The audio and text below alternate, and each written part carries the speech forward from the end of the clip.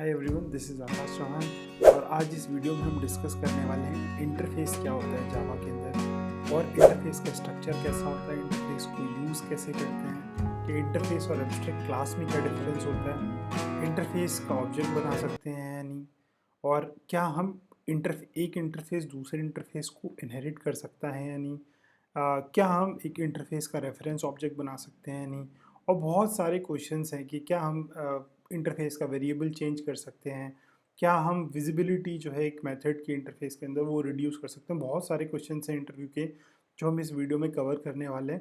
So stay tune और late. अगर हमें इंटरफेस बनाना है तो सबसे पहले हमें करके एक कीवर्ड होता है वो यूज़ करना पड़ेगा। जैसे अगर हमें कोई क्लास बनानी होती है तो हम क्लास कीवर्ड यूज़ करते हैं और इंटरफेस बनाने के लिए इंटरफेस कीवर्ड यूज़ करते हैं। लेट्स से इसका नाम रख लेते हैं हम फर्स्ट इंटरफेस। अब इंटरफेस का स्ट्रक्चर कैसे होता है, क्या उसमें वेरिएबल होता है, तो एक वेरिएबल बना के देख लेते हैं और उसकी वैल्यू भी डिफाइन कर लेते हैं। ऐसे ही एक मेथड बना के देख लेते हैं, ओके वॉइड डिस्प्ले वन, और ऐसे करके तो हम डिफाइन करते हैं मेथड को, बट इसमें एरर आ रही है। मैं एरर शो करता हूँ और फिर अकॉर्डिंगली हम काम करेंगे। Abstract methods do not specify a body. इसके मायने क्या है कि आप यहाँ पे जो मेथड बनाएंगे उसकी बॉडी स्पेसिफाई नहीं कर सकते। तो हमने चलिए एक्सपेरिमेंट से ये तो पता लगा लिया कि जो इंटरफेस होता है वो दिखता कैसे है, उसकी बॉडी कैसी होती है, उसमें डिफाइंड वेरिएबल हो सकते हैं बट फंक्शन जितने भी बनाएंगे हम वो अनडिफाइन होंगे। सो लेट से मैं एक और फंक्शन बना लेता हूँ यहाँ पे, इसका नाम रख लेते हैं void टू। और थोड़ा सा डिटेल में अगर मैं इसको समझाऊँ तो मैं यहाँ पे कुछ कीवर्ड ऐड कर देता हूँ। पब्लिक, आप बोलेंगे कि यहाँ पे पब्लिक एंड एब्स्ट्रैक्ट लगा है, यहाँ पे नहीं लगा। तो आपने हमेशा क्या बात ध्यान रखनी है, मैं यहाँ पे बता देता हूँ।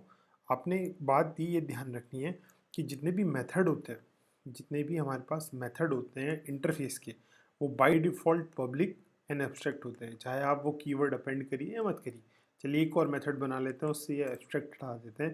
तो इसके मायने ये नहीं है कि जो डिस्प्ले थ्री मेथड है ये एब्स्ट्रैक्ट नहीं है, ये पब्लिक एब्स्ट्रैक्ट दोनों है। तो आपने ध्यान रखना है कि इंटरफेस की जितने भी मेथड होंगे वो by default public and abstract होंगे। तो ये तो बेसिक स्ट्रक्चर हुआ इंटरफेस का। अब इसको यूज़ कैसे करना है, तो इसको यूज़ करने के लिए दो तरीके हैं। या तो मैं ये जो पब्लिक क्लास है इसी से इस वाले इंटरफेस को मैं इम्प्लीमेंट करा लेता हूँ, या मैं एक नई क्लास बना लेता हूँ। Let's say simple class to रख लेते हैं इसका नाम। और हम अगर यहाँ पे एक्सटेंड्स कीवर्ड यूज़ करना चाहें फर्स्ट इंटरफेस के साथ तो वो होगा नहीं, क्योंकि जो एक्सटेंड कीवर्ड है वो किसके लिए यूज़ होता है। एक्सटेंड कीवर्ड हमारा क्लास को एक्सटेंड करने के लिए यूज़ होता है, यानी कि इनहेरिटेंस लगाने के लिए यूज़ होता है। हमारा जो फर्स्ट इंटरफेस है वो तो इंटरफेस है, तो हम एक्सटेंड नहीं कर सकते क्योंकि ये इनहेरिटेंस नहीं है। तो इसके लिए कीवर्ड है इम्प्लीमेंट्स करके। तो जब कभी भी आप इंटरफेस को यूज़ करेंगे तो उसको इम्प्लीमेंट करेंगे, ना कि आप एक्सटेंड करेंगे। अभी एरर क्यों आ रही है, तो इस पर होवर करेंगे। सबसे ईजी तरीका है कि आप कोई भी जावा ओरिएंटेड आईडी यूज़ करिए। जैसे मैं एक्लिप्स यूज़ कर रहा हूँ, आप कोई और इंटेलिजे यूज़ कर सकते हैं, नेटबीन्स यूज़ कर सकते हैं। तो वहाँ पे आपको प्रॉपर सजेशंस मिल जाएंगे। जैसे मैं यहाँ पे होवर करूँगा तो एक एरर आ जाएगी, the type simple class two must implement the inherited abstract method और डिस्प्ले वन को या डिस्प्ले टू को। तो अगर मैं यहाँ पे ही लिख के इस पे यहाँ पे होवर करके, अगर मैं यहाँ पे होवर करके इस ऑप्शन को सिलेक्ट करता हूँ एंड ऐड अनइम्प्लीमेंटेड मेथड्स, तो ये खुद से इनकी इम्प्लीमेंटेशन दे, आईडी जनरेटेड इम्प्लीमेंटेशन है, इनको यूज़ ना करके हम खुद की डेफिनेशन बनाते हैं। तो लेट से मैं इसको कॉपी कर लेता हूँ यहाँ पे और इसकी डेफिनेशन दे देते हैं, कुछ भी लिख देते हैं। लेट से यहाँ पे inside display one method, okay. लेकिन ये तो अभी भी एरर आ रही है, पर चलिए इसको भी इग्नोर करते हैं और दूसरी जो डेफिनेशन है डिस्प्ले टू की वो भी दे देते हैं और वहाँ पे लिख देते हैं इनसाइड डिस्प्ले टू मेथड। अब इस एरर को डिस्कस करते हैं। ये एरर क्या कहती है, can not reduce the visibility of the inherited method from the first interface. तो ये जो एरर है ये क्या बोल रही है कि आपकी यहाँ पे जो विजिबिलिटी थी वो पब्लिक थी, लेकिन यहाँ पे क्या है, डिफ़ॉल्ट।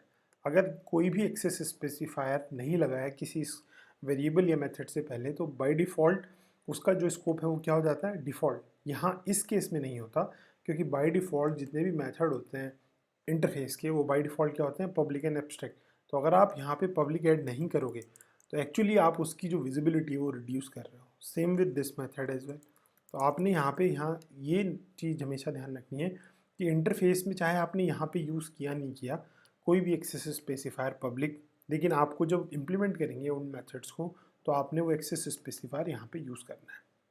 अब क्वेश्चन ये आता है कि अब इसको आगे फर्दर कैसे यूज़ किया जाए। इस क्लास ने तो इस इंटरफेस को ऐसे इम्प्लीमेंट कर लिया, अब कहीं से तो कॉल कर पाएँ हम इन मेथड्स को, तो हम क्या करते हैं, जो हमारी सैम्पल 2 क्लास है उसका एक ऑब्जेक्ट बनाते हैं, ठीक है। अब ऑब्जेक्ट हम किसी इंटरफेस का नहीं बना सकते, ये भी ध्यान रखने वाली बात है। हम इंटरफेस का ऑब्जेक्ट बना लेते हैं अगर हम, तो ये दो ऐसे मेथड हैं जिनकी डेफिनेशन इस इंटरफेस को नहीं पता, तो ये इनकम्प्लीट इन्फॉर्मेशन हमें देता। लेकिन अगर हम सैम्पल 2 का ऑब्जेक्ट बनाएंगे तो इसको अपने फंक्शन की डेफिनेशन पता है।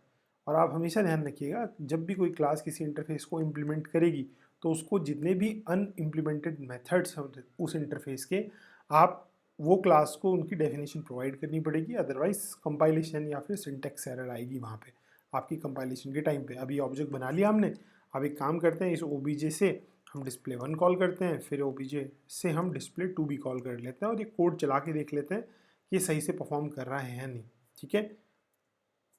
तो हमारा कोड बिल्कुल ठीक चल रहा है, इनसाइड डिस्प्ले 1 आ रहा है, इनसाइड डिस्प्ले 2 आ रहा है, इसका मतलब सैम्पल क्लास 2 का जो हमने ऑब्जेक्ट बनाया है वो अच्छे से इन दोनों मेथड को एक्सेस कर पा रहा है।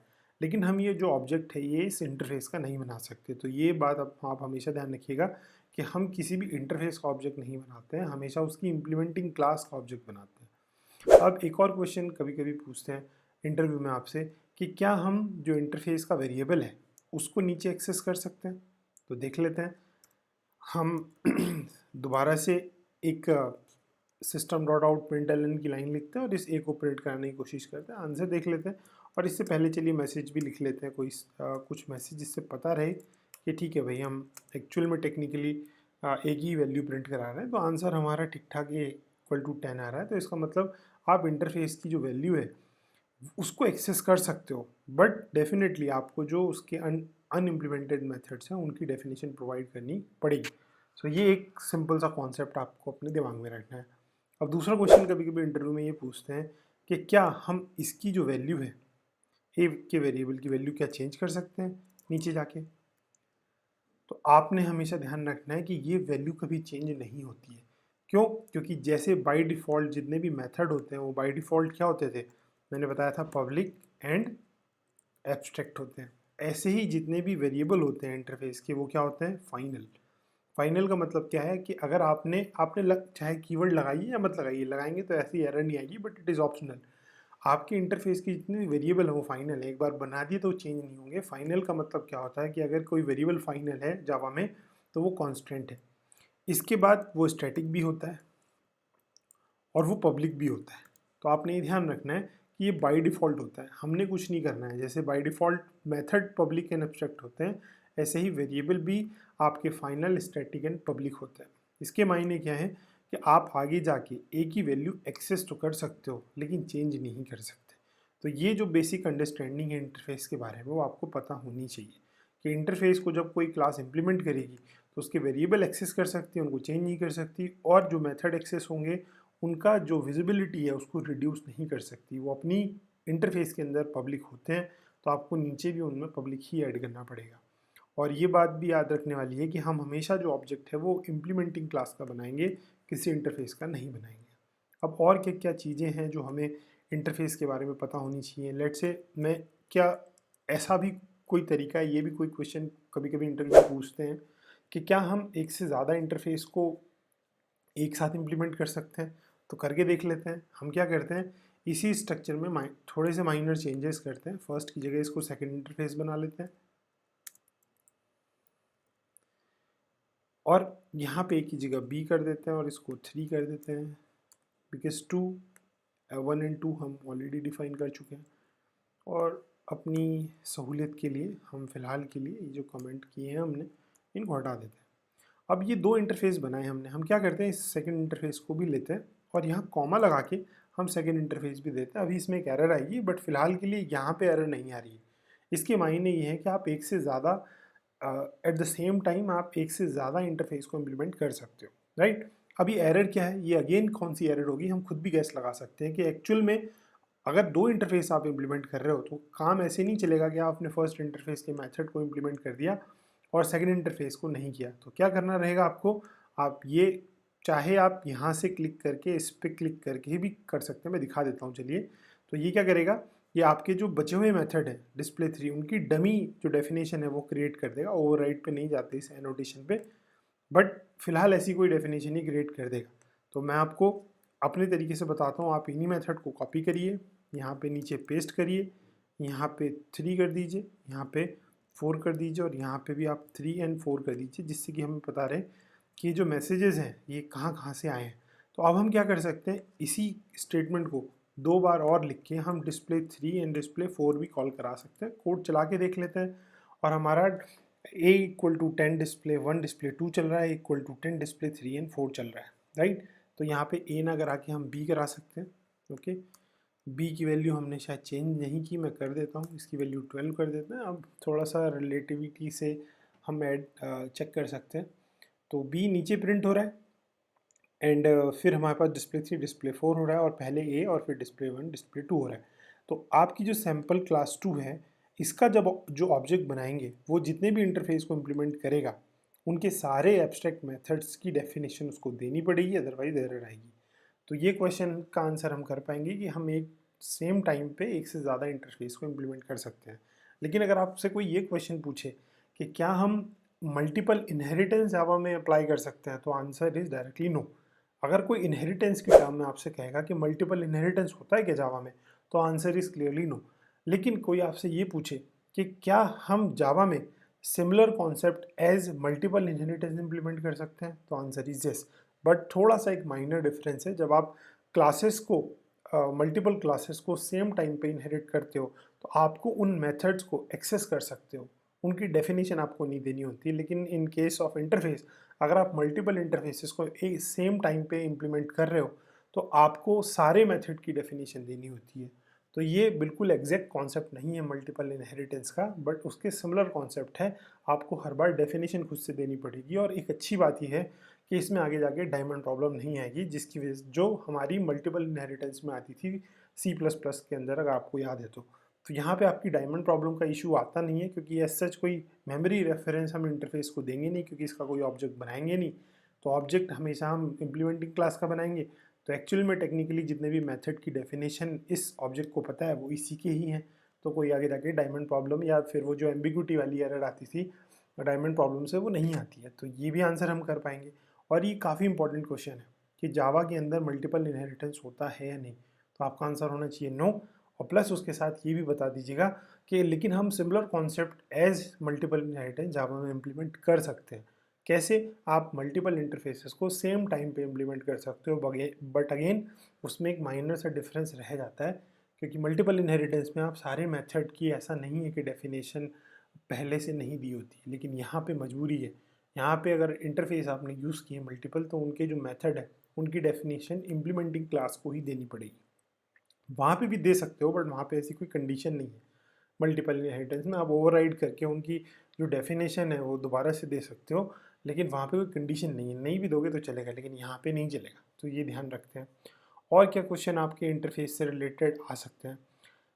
एक क्वेश्चन ये आता है, ये भी बहुत इंपॉर्टेंट क्वेश्चन है इंटरफेस का, कि क्या एक इंटरफेस दूसरे इंटरफेस को इनहेरिट कर सकता है या इनहेरिटेंस अप्लाई कर सकता है? इसके टेक्निकल मीनिंग क्या है कि क्या second interface x tends keyword use कर सकता है किसके साथ? किसी दूसरे इंटरफेस के साथ। तो आंसर इज यस।